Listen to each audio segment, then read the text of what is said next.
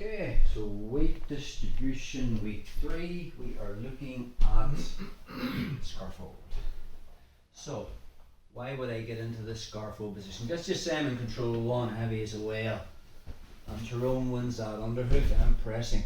So what he wants to do is stretch me out, and now from there he can either get to his knees or put me back in the guard, all that stuff. So the second we end up here, I find the elbow and my hand comes around the head and I sit straight through in the scarfold. Now from Tyrone's perspective, he wants to be on his right side with his elbow tucked. So when we elbow pluck, we're going to bring our right leg underneath his right shoulder. My right hand's going to grab the thigh, and again this frees up my left hand. I mean, obviously if striking was involved here, right, I can start to bring this in and start working the Ezekiels. If Tyrone tries to get his elbow to the mat, it's not going to happen because my thigh's filling that space.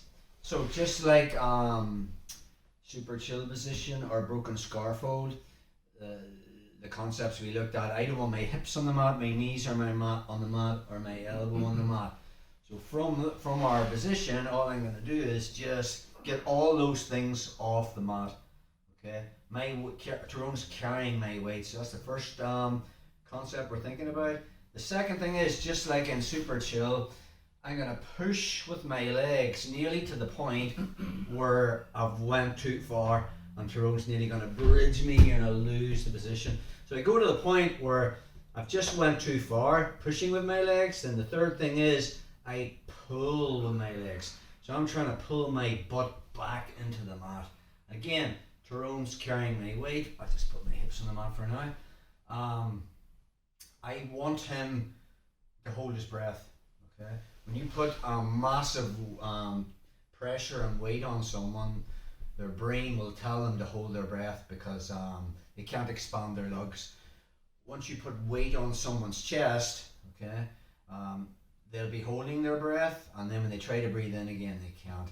So the fourth concept is, once I get my hips off the mat, once I get my elbow off the mat, my knees aren't on the mat, I push to the point I'm not going too far, and then from there I pull with my legs and sit back. The fourth thing is raise his head.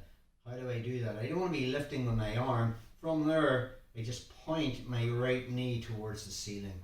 And now I just sit into him here. And now he's carrying my weight. You can't hear Tyrone groaning here, but how's that feel, bro? Can you breathe? You sure? Yeah, I think you can breathe. Okay, so let's get another angle on that one. So, the time to get into this is, let's just say I'm in control 1. And Tyrone wins that underhook and he's there. Okay. And now his goal will be to get to his knees or put me back in the guard. So my left hand is going to find his right elbow. And now as I come over, I'm flattening him out and sitting through. Okay, so again, once I'm in that position, hips off the mat. Hard to see this visually, but my right elbow is not on the mat.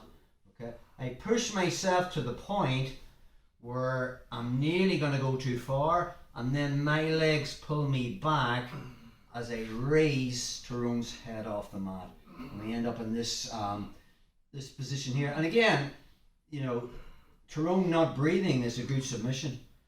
Okay, putting weight on someone to the point where they actually can't breathe in.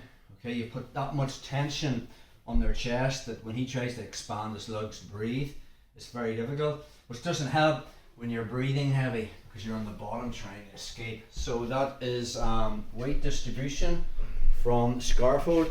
Another thing we want to be thinking about is keeping the weight on the chest, not just trying to keep it over his diaphragm.